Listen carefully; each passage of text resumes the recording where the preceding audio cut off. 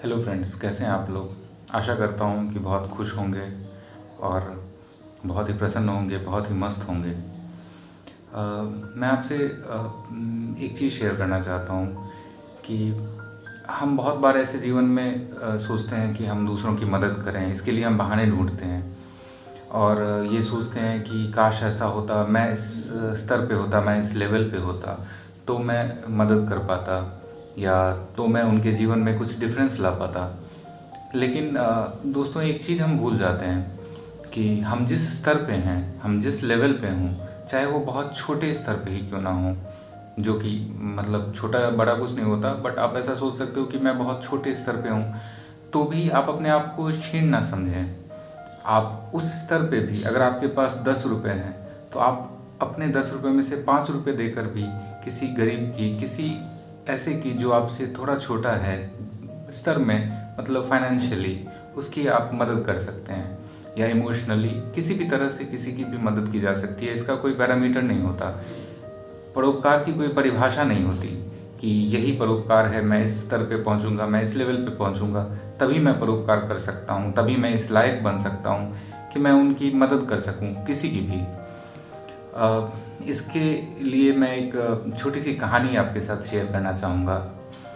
एक लंगर चल रहा था, जैसे कि नॉर्थ पार्ट ऑफ इंडिया में मोस्टली जो पंजाब साइड में होता है लंगर, जो बहुत लोग कम्युनिटी ईटिंग जिसको बोलते हैं, तो वैसा एक चल रहा था लंगर। तो उसमें 3 दोस्त थे, वो साथ में खाना खा रहे थे वहाँ पे। तो वो लंगर बेसिकली फ्री होता है कि जो भी जाए, जैसे भी जाए, जो कुछ लोग मिलके उसको ऑर्गेनाइज करते हैं। तो वो लोग वहाँ पे खाना खा रहे थे। तो ये सेटअप देख के उनको बहुत अच्छा लगा। तो एक दोस्त बोला, उसने मन में सोचा कि हमें भी ऐसा करना चाहिए। उसने बोला कि यार, हमें भी ऐसा लंगर ऑर्गेनाइज करना चाहिए।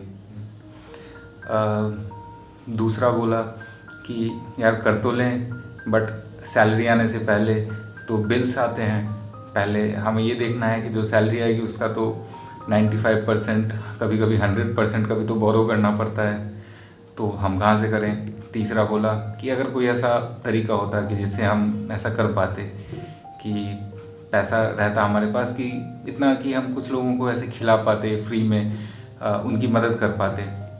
लेकिन हम शायद हम नहीं कर सकते हैं, हमारे लिए ये काम बना नहीं है। इन तीनों लोगों की बातें एक पार्ट, उनके पास में ही एक महात्मा बैठे हुए थे जो ऐसे ही भिक्षा मांग के अपना गुजर बसर करते हैं। तो वो बैठे हुए थे, वो सुन रहे थे।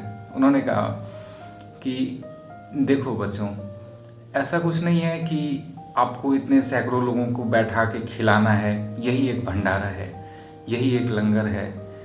आप किसी भी भूखे की मदद करो, चाहे वो भूखा इंसान हो या वो पशु हो या वो पक्षी हो, जिसको भगवान नहीं बनाया है। आपके पास अगर सामर्थ्य नहीं है उतना ज़्यादा करने की, जहाँ पे चींटियाँ हैं वहाँ पे आप एक मुट्ठी आटा डाल दो, 10 ग्राम आटा डाल दो, उनको खाने के लिए दो।